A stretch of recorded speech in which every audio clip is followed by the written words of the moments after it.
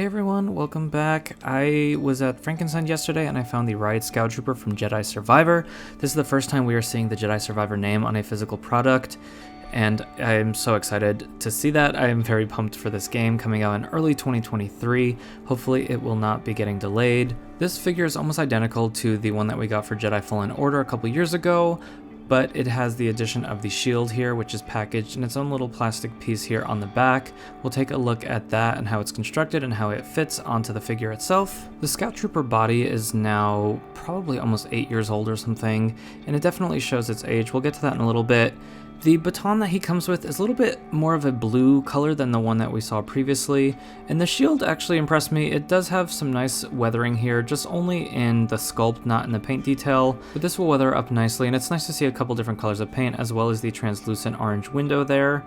That's definitely something that could have easily just been painted, and I'm glad to see that Hasbro, made the effort to make it translucent. The hand slides through the little loop here that has a break in it, and then you can feed the little handle in there to get him holding it pretty tightly. It feels like a pretty good grip, and then you can actually take advantage of the old body here with the double jointed elbows and get it into some pretty good poses here. You can really just get it up in front of him. I was having trouble getting the shield parallel to the floor while also having him in action pose, but I guess that's not really going to be his biggest priority in the middle of a battle.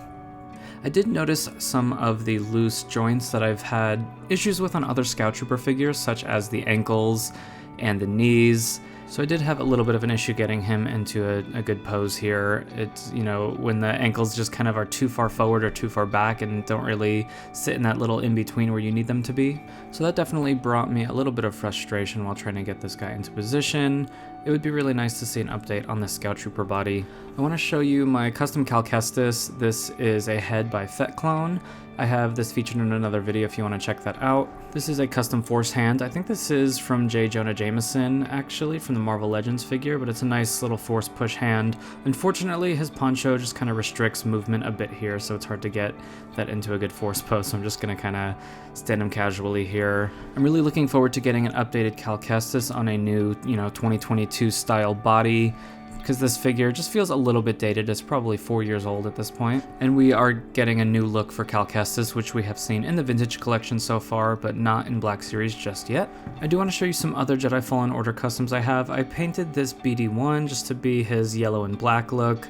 I always thought this was a cool alternate look for BD1, so I took one of those red ones that came with the deluxe figure and painted it yellow. Let's compare this to the original Scout Trooper Gaming Greats Jedi Fallen Order release. You can see that the baton is a little bit more gray in the one on the right. I of course added the orange pauldron, which just is how I remember the character in the game.